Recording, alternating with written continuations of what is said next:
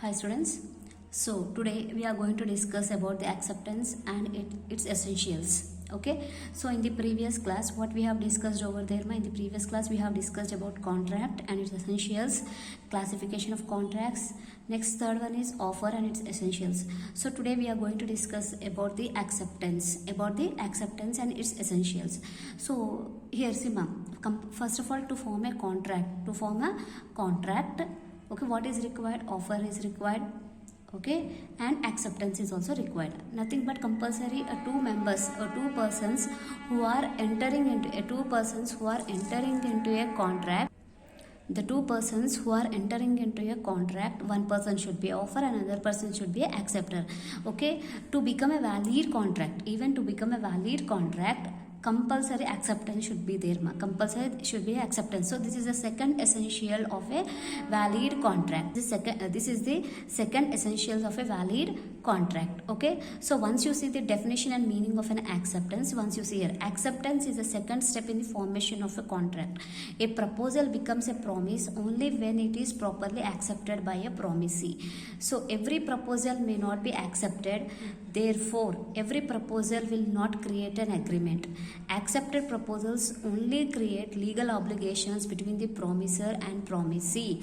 So as per section 2B of the Indian Contract Act 1872, when the person to whom a proposal is made signifies his assent thereto, the proposal is said to be accepted. A proposal when accepted becomes a promisee. Okay, so here once you see if suppose in the examination he has asked about the acceptance, so compulsory you have to write this definition and introduction part. Okay, definition as it is you have to write as per section 2B, definition as it is you have to write. So ఇక్కడ ఒకసారి వినండి అమ్మా, acceptance అంటే ఏంటి అనేది వినండి. ఇప్పుడు ఒక పర్సన్ మనకి ఆఫర్ ఇచ్చాడు అనుకో, ఆఫర్ని యాక్సెప్ట్ చేసే వ్యక్తి ఇంకొకరు ఉండాలి. ఓకేనా, సో ఎప్పుడైతే మనం ఒక అగ్రిమెంట్లోకి ఎంట్రీ అవుతున్నప్పుడు ఒక ఆఫరర్ ఉండాలి, ఒక ఆఫరీ ఉండాలి. ఓకేనా, సో అలా ఉన్నప్పుడు అది ఏమవుతుంది, ఒక వ్యాలిడ్ కాంట్రాక్ట్ అవుతుంది.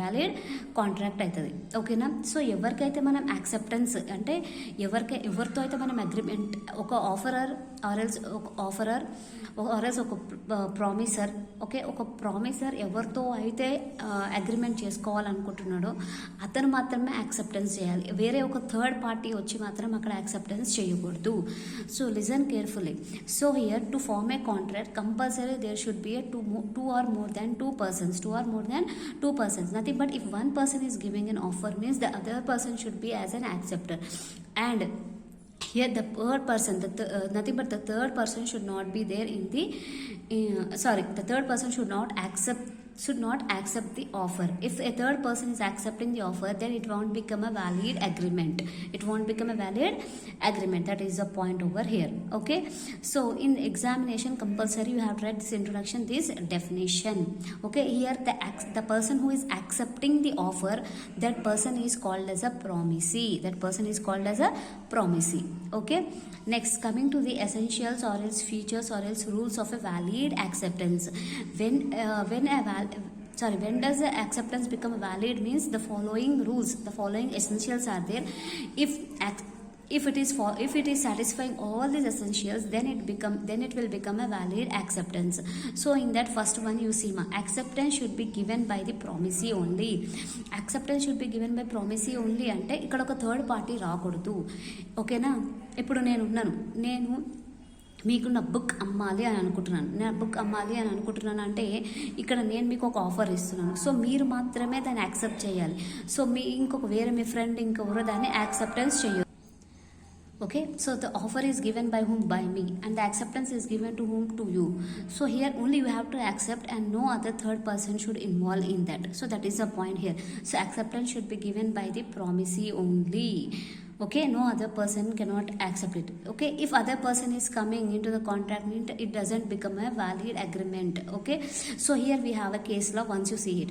In the case of Bolton versus Jones, a trader accepted an order for supply of goods sent by a customer in the name of old firm which was closed, in which he was a manager. The customer wanted that the amount received by him from the old firm should be adjusted against the price of goods supplied.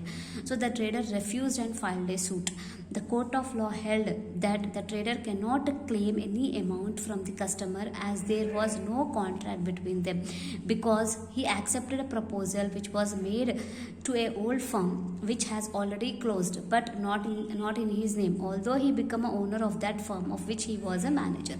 So here ikkada what is this case law means, actually here a trader accepted an order for supply of goods sent by a customer in the name of an old firm which was already closed.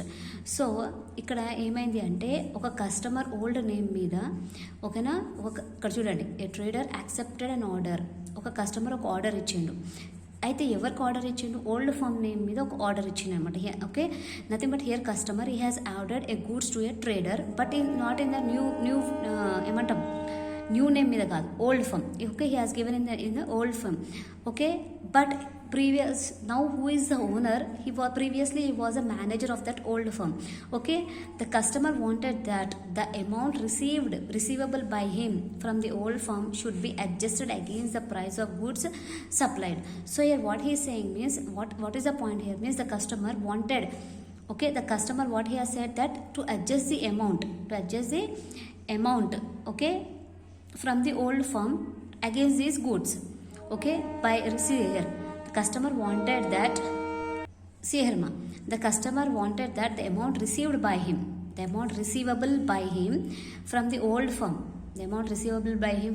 firm should be adjusted against the price of goods supplied. The trader refused and filed a suit. So ఇక్కడ customer ఏం చెప్తున్నాడు, ఇక్కడ ఆ amount ఏదైతే ఉందో అది ఇక్కడ ఈ గూడ్స్కి అడ్జస్ట్ చేయమని చెప్తున్నాడు అనమాట. సో ఇక్కడ ఏమైంది, ట్రేడర్ అది నేను చెయ్యను రెఫ్యూజ్ చేశాడు, అది ఓల్డ్ ఫర్మ్ నేమ్ మీద ఉంది కాబట్టి నేను రెఫ్యూజ్ చేస్తాను అన్నాడు. అయితే ఇక్కడ కోర్ట్ ఏం చేస్తుంది, కోర్ట్ ఏమంటుంది ఇక్కడ వినండి. The court of law held that the trader cannot claim any amount from the customer. Trader customer నుంచి ఏం అమౌంట్ తీసుకోవడానికి వీల్లేదు. As there is no contract between them, వాళ్ళిద్దరి మధ్యలో ఎలాంటి కాంట్రాక్ట్ లేదు కాబట్టి సో కస్టమర్ దగ్గర నుంచి ట్రేడర్ అమౌంట్ ఏమి తీసుకోకూడదు.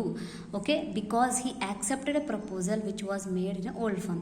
సో ఇక్కడ ఇతను ఏం చేస్తున్నాడు, ట్రేడర్ ఏం చేస్తున్నాడు, అతను ఎలాంటి ప్రపోజల్ యాక్సెప్ట్ చేశాడు, ఏదైతే కస్టమర్ ఓల్డ్ ఫర్మ్ నేమ్ మీద అయితే ఏదైతే ఆర్డర్ ఇచ్చాడో అదే యాక్సెప్ట్ చేశాడు. కాబట్టి ఇప్పుడు ట్రేడర్ ఏం చేయగలుగుతాడు, అతని మీద కేసు మాత్రం ఫైల్ చేయడానికి వీల్లేదు.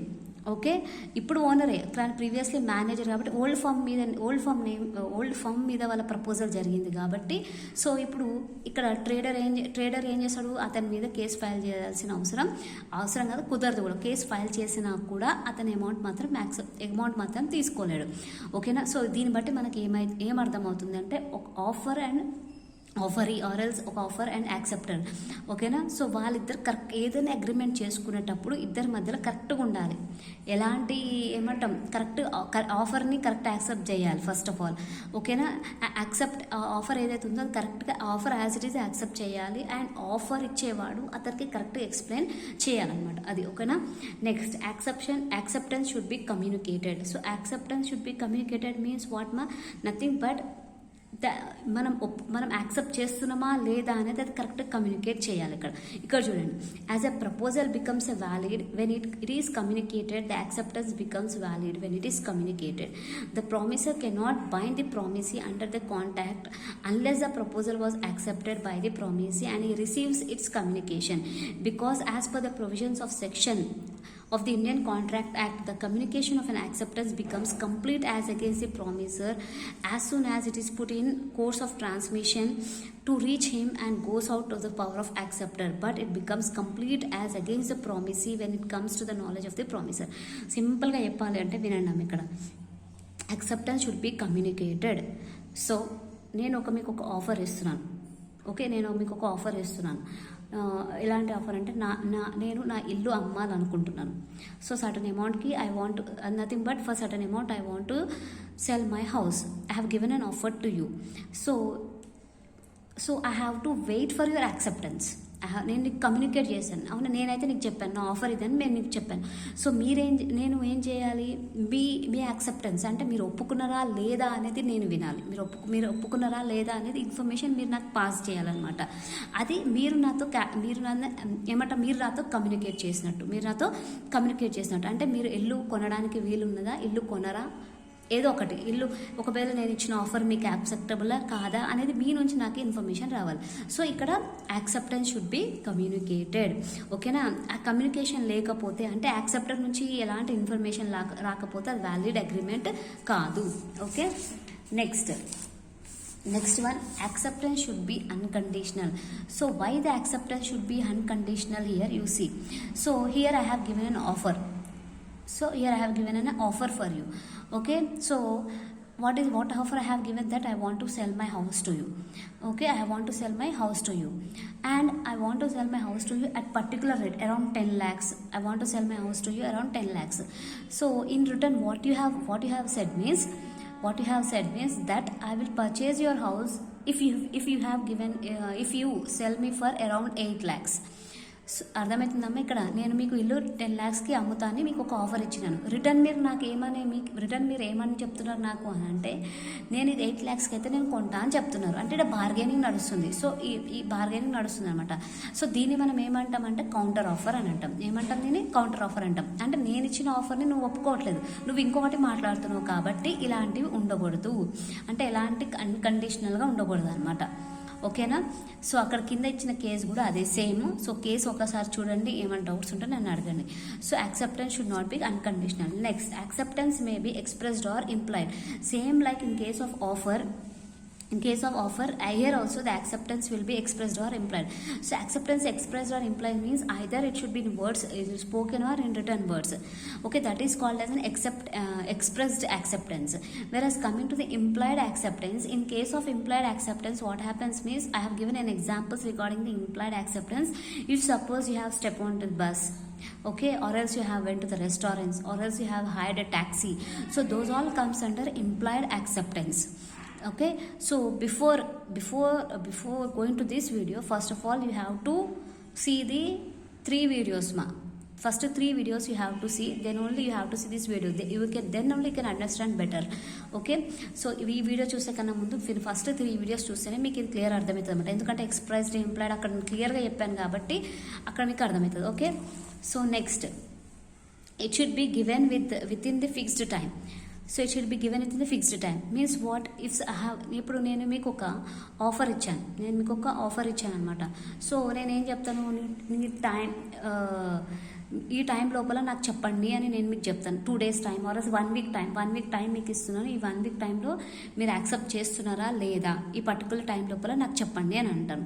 సో దాన్నే మనం ఏమంటాం అంటే యాక్సెప్టెన్స్ అనేది మనం ఎట్లా తీసుకుంటున్నామంటే ఈ టైం ఇస్తున్నాం, ఈ టైం లోపల చెప్తేనే అది వ్యాలిడ్ అవుతుంది, లేకపోతే వ్యాలిడ్ కాదు. ఇక్కడ చూడండి, when the promissory fixes a time for communicating the acceptance, the promisee should give his acceptance within that time, otherwise it becomes invalid. If no time is fixed by the promiser, the acceptance should be given within a reasonable time. Okay, what is a reasonable time is a question of fact. It differs from contract to the contract. So ఇప్పుడు నేను అన్నాను, నా ఇల్లు నేను అమ్ముతా అని మీకు ఒక ఆఫర్ ఇస్తున్నాను. సో నేనేం చెప్తున్నాను అంటే, మీకు ఒక 1 week టైం ఇస్తాను, 1 week టైంలో మీరు యాక్సెప్టబుల్లా కాదా అని నాకు చెప్పండి అని అంటాను. సో 1 week లోపల మీరు చెప్తేనేమో ఇట్స్ ఓకే. 1 week మీరు చెప్పలేరు అంటే ఇది వ్యాలిడ్ కాదు, మన ఇద్దరి మధ్యలో అది ఏమైతే వ్యాలిడ్ ఆఫర్ అనేది కాదు, అండ్ వ్యాలిడ్ యాక్సెప్టెన్స్ కూడా కాదు. అయితే ఇప్పుడు ఇంకొకటి ఏంటి, ఒకవేళ నేను టైం ఏం చెప్పలేదు, కాకపోతే దేనికైనా ఒక రీజనబుల్ టైం అనేది ఉంటుంది కదా. సో ఆ రీజనబుల్ టైంలో చెప్తే ఓకేనా, అప్పుడు అది ఏమవుతుంది, వ్యాలిడ్ అవుతుంది, లేకపోతే అది ఏమవుతుంది, ఇన్వాలిడ్ అయిపోతుంది. ఓకేనా? సో ఇక్కడ ఒక ఇంపార్టెంట్ కేసులా ఉంది చూడండి. ఇక్కడ in case of Ramsgate Victoria hotel and Montefiore. ఒక వినండి. A person applied for shares in a company in June 1920 and the shares were allotted to him in November 1920. So he refused to pay the allotment money because the company made unreasonable delay according to him. Okay. So the correspondence between him and the company went on 4 years. The company went into liquidation and the liquidator filed a suit against him. The court of law held that the delay made by company in the allotment of shares was unreasonable. Therefore, he was not liable to pay amount on arrears of calls on shares. So here what happened means a person has applied nothing but he has applied for shares in a certain company in which year? In June 1920. In the month of June, okay, year is 1920. And the company what has done means it has allotted the shares to him in November 1920. అంటే అతను shares కొనడానికి కోసం apply చేసుకుందేమో June 1920లో. అయితే company అతనికి allotment ఎప్పుడు ఇచ్చింది? November 1920లో. అంటే దగ్గర అరౌండ్ 5 months టైం తీసుకుంది. 5 months తర్వాత అలాట్ చేసింది. సో అతను ఏం చేస్తున్నాడు, తర్వాత అలాట్మెంట్ పని ఇంత డిలే చేయడం వల్ల అంటే డిలే చేయడం వల్ల ఆ పర్సన్ ఏంది, నేను అలాట్మెంట్ అమౌంట్ పే చేయనని చెప్పేశాడు. సో ఓకే, పే చేయనని చెప్పేసరికి వాళ్ళిద్దరి మధ్యలో అరౌండ్ అంటే కంపెనీ ప్లస్ అతని ఇద్దరి మధ్యలో అరౌండ్ 4 years కాంట్రవర్సీస్ అవి అని నడిచినాయి. తర్వాత ఏమైంది, కంపెనీ క్లోజ్ అయిపోయింది. Company went into liquidation. So ఆ లిక్విడేషన్కి వెళ్ళిన తర్వాత కంపెనీ ఏం చేస్తుంది, ఒక ఆడిటర్ని అపాయింట్ చేసుకుంటుంది. Nothing but he is called as a liquidator. Okay, ఒక ఆడిటర్ని అపాయింట్ చేసి కంపెనీకి వచ్చేటి ఏమేమిటి, కంపెనీ అసెట్స్ ఏమేమిటి, కంపెనీ అమ్మాల్సిన ఏమేమిటి ఉంటాయో అవన్నీ ఆ లిక్విడేటర్ చెక్ చేశాడు అనమాట. చెక్ చేసినప్పుడు ఆ లిక్విడేటర్ ఏం చేశాడు, ఇతని నుంచి ఇంత అమౌంట్ అలాట్మెంట్ అమౌంట్ రావాలి అని అతని మీద కేసు వేశాడు. సో కేసు వేయడం వల్ల అక్కడ ఏమైంది, కేసు వేయడం వల్ల ఏమైంది, కంపెనీ ఎవరి తరఫున ఉంది, ఆ పర్టికులర్ పర్సన్ తరఫునే ఉంది. ఎందుకు, మీరు అలాట్మెంట్ డిలే చేశారు కాబట్టి ఒక రీజనబుల్ టైం లేదు, ఇది ఒక రీజనబుల్ టైం లేదు, అలాట్మెంట్ డిలే చేశారు కాబట్టి అతని దగ్గర నుంచి మీరు ఎలాంటి ఏరియర్స్ అంటే ఏంది, పెండింగ్ అమౌంట్, అతని దగ్గర నుంచి మీకు ఎలాంటి అమౌంట్ బ్యాక్ మాత్రం రాదు, అంటే అలాట్మెంట్ అమౌంట్ బ్యాక్ మాత్రం రాదు అని చెప్పింది అనమాట అక్కడ కేసు. Okay, next. సో అంటే మనం ఏదైనా యాక్సెప్టెన్స్ అనేది ఎలా ఉండాలి, ఒక టైం లోపల పెట్టుకోవాలి, టైం లోపల క్లియర్ చేసుకోవాలి. Next, it should be communicated in a reasonable mode. It should be communicated in reasonable modes means nothing but here if suppose a promisor has said that you have to accept my offer only in this particular way, so then only I will accept it. అంటే అర్థమైందమ్మా. ఇప్పుడు ఒక promissory ఉన్నాడు, promissory ఏమన్నాడు అంటే ఎవరైతే offer ఇస్తారో వాడిని ఏమంటాం మనం, ప్రామిసర్ అని అంటాం. సో ఆ ప్రామిసర్ ఏం చేశాడంటే, నేను నీకు ఒక ఆఫర్ ఇస్తున్నాను, నువ్వు అది యాక్సెప్ట్ చేస్తున్నావా లేదా అనేది నాకు ఎలా అంటే ఈ పర్టికులర్ విధంగానే నాకు చెప్తేనే నేను దాన్ని ఒప్పుకుంటా. అర్థమైందా? అంటే ఇప్పుడు నేను నీ యాక్సెప్టెన్స్ త్రూ ఫోన్ కాల్లో నాకు నువ్వు చెప్పు, లేదా నీ acceptance only through Telegram or else your acceptance only through email. అంటే ఏదైనా ఒక విధంగా, అంటే నేను ఏ మోడ్లో అయితే చెప్తున్నాను, ఇప్పుడు నేను మీకు హౌస్ అమ్మాలి అనుకుంటున్నాను. సో నువ్వు యాక్సెప్ట్ చేస్తున్నావా లేదా అనేది నాకు నువ్వు మెయిల్ మాత్రమే పెట్టాలి, వేరే ఏ విధంగా నాకు కాల్ కానీ పోస్ట్ కానీ ఏం చేయొద్దు, ఓన్లీ త్రూ మెయిల్ మాత్రమే నాకు నువ్వు ఇన్ఫార్మ్ చేయాలి. నువ్వు యాక్సెప్ట్ చేస్తున్నావా లేదా అనేది నాకు ఓన్లీ త్రూ ఎలా పెట్టాలి, త్రూ మెయిల్ మాత్రమే చేయాలి. నువ్వు ఫోన్ చేసినా వేరే ఏం చేసినా నేను ఒప్పుకోను, మెయిల్ మాత్రమే చేయాలి అని చెప్తాను. నీ యాక్సెప్టెన్స్ మెయిల్ చేస్తేనే నేను ఒప్పుకుంటాను అని అంటాను నేను. సో దాన్ని అలా అంటే ప్రిస్క్రైబ్డ్, అంటే నేను ఎలా చెప్పాను, నీ యాక్సెప్టెన్స్ ఎలా చెప్పాను, నీకు ఇష్టమో లేదో అనేది నాకు మెయిల్ చేసి చెప్పును. అంటే నువ్వు ఇల్లు కొంటావా లేదా అనేది ఓన్లీ త్రూ నాకు ఈమెయిల్ చేస్తే నేను చూసుకుంటా అని చెప్తాను. సో అలా అనమాట. అంటే నేను నీకు ఇచ్చింది ఏంది, ఆఫర్ ఇచ్చాను, కానీ ఆఫర్ని ఎలా చెప్తున్నాను, నేను ఈ పర్టికులర్ విధంగానే నాకు నువ్వు ఇన్ఫార్మ్ చేయాలి, నీ యాక్సెప్టెన్స్ అని చెప్తున్నాను అనమాట. ఓకేనా? సో ఇక్కడ ఒక కేసులా చూడండి అమ్మ. అంటే మనం ఇక్కడ ఒక కేసులా చూడండి. In this case Narendranath versus Kedarnath. చూడండి, mister Kedarnath offered his house to Narendranath for some consideration and instructed him to send his acceptance in writing through post. So Kedarnath offered his house to Narendranath for some consideration, okay, and instructed him to send his acceptance in writing through post. So Kedarnath ఏం చేస్తున్నాడు అంటే నరేంద్రనాథ్కి ఇల్లు అమ్మాలని అనుకుంటున్నాడు, certain praise కూడా పెట్టాడు, consideration కూడా. అయితే అతనికి ఒక ఇన్స్ట్రక్షన్ ఇచ్చాడు, నీ యాక్సెప్టెన్స్ త్రూ పోస్ట్ మాత్రమే నాకు రావాలి, రైటింగ్ త్రూ పోస్ట్. అంటే నువ్వు ఒప్పుకున్నావా లేదా, నువ్వు యాక్సెప్ట్ చేస్తున్నావా లేదా అనేది నాకు త్రూ పోస్ట్. అది రీజనబుల్ మోడ్ అనమాట. But Narendranath sent a oral message through a messenger. That he was willing to by the house. అయితే నరేంద్రనాథ్ ఏం చేసిండు ఇక్కడ ఓవరాల్గా ఒక వ్యక్తితో చెప్పి పంపించిండు అనమాట. ఓవరాల్గా ఒక వ్యక్తితో మెసేజ్ చేసి పంపించిండు. ఓవరాల్గా ఓవరాల్ మెసేజ్ ఒకటి త్రూ మెసెంజర్ ఓవరాల్ మెసేజ్ ఒకటి పంపించిండు అనమాట. That I'm willing to buy, నేను కొంటా అని చెప్పి పంపించిండు. Therefore mister Kedarnath sold his house to some other person. So Kedarnath ఏం చేసిండు, ఆ హౌస్ని వేరే వాళ్ళకి అమ్మేసాడు.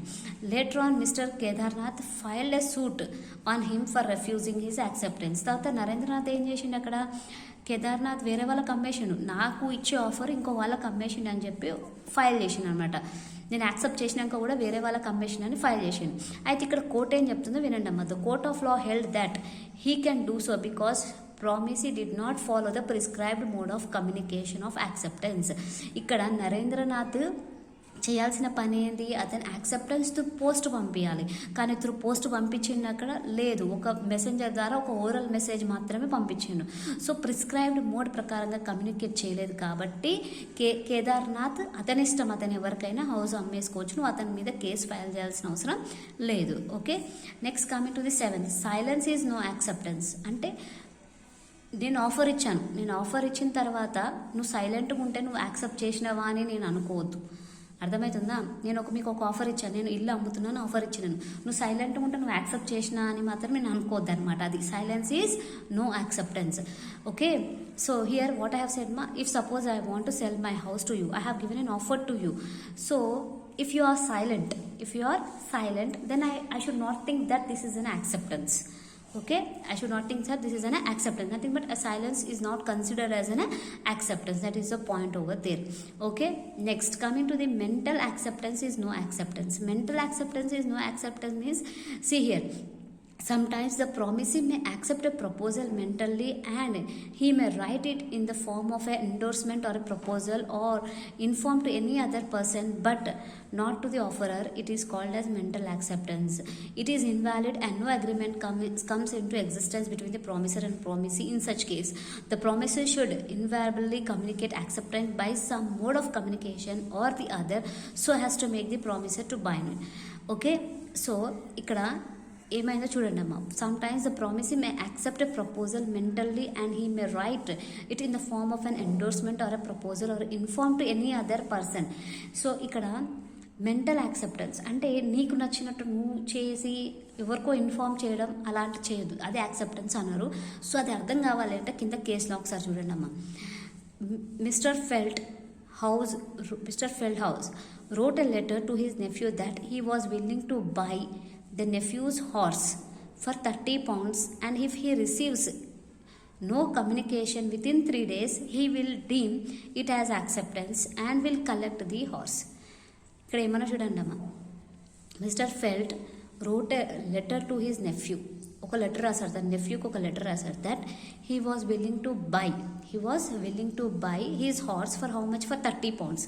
సో అతను ఏమంటున్నాడంటే నీ హార్స్ని అతను అల్లుడు, నెఫ్యూకి డెఫినెట్ అల్లుడు, అతనికి ఏమని రాశాడంటే నీ హార్స్ని నేను కొంటాను, 30 poundsకి నేను కొంటాను, నువ్వు ఒకవేళ నీ ఇన్ఫర్మేషన్ నువ్వు నాతో 3 డేస్లో నువ్వు ఇన్ఫర్మేషన్ నువ్వు ఏం చెప్పకపోతే నువ్వు యాక్సెప్ట్ చేసినా అని నేను అనుకుంటాను, నువ్వు యాక్సెప్ట్ చేశానని నేను అనుకుంటాను అని చెప్పి అతనికి ఇన్ఫర్మేషన్ పాస్ చేశాడు. He's nephew decided to sell the horse to his uncle and instructed his auctioneer mister Bindley that not to sell the horse in auction but auctioneer sold it by mistake. So ఏమైంది ఇక్కడ, nephew ఏం చేశాడు, okay అతని అంకుల్కి అతను అమ్మాలి అని అనుకున్నాడు, అది ఆ ఇన్ఫర్మేషన్ ఎవరికి చెప్పాడు, ఆక్షనర్కి చెప్పాడు ఏమని, హార్స్ని ఎవరికి సేల్కి పెట్టకు, మా అంకుల్కి నేను ఇచ్చేస్తాను, అది నేను అతనికి సేల్ చేస్తున్నాను, నువ్వు ఆక్షన్ పెట్టదని. కానీ అతను ఏం చేశాడు, ఆక్షనర్ ఏం చేశాడు, దాన్ని ఆక్షనర్లో అమ్మేశాడు, అతను బై మిస్టేక్ అమ్మేశాడు. The court of law held that the auctioneer cannot be held liable for damages because no agreement came into existence between the uncle and his nephew for lack of communication of acceptance.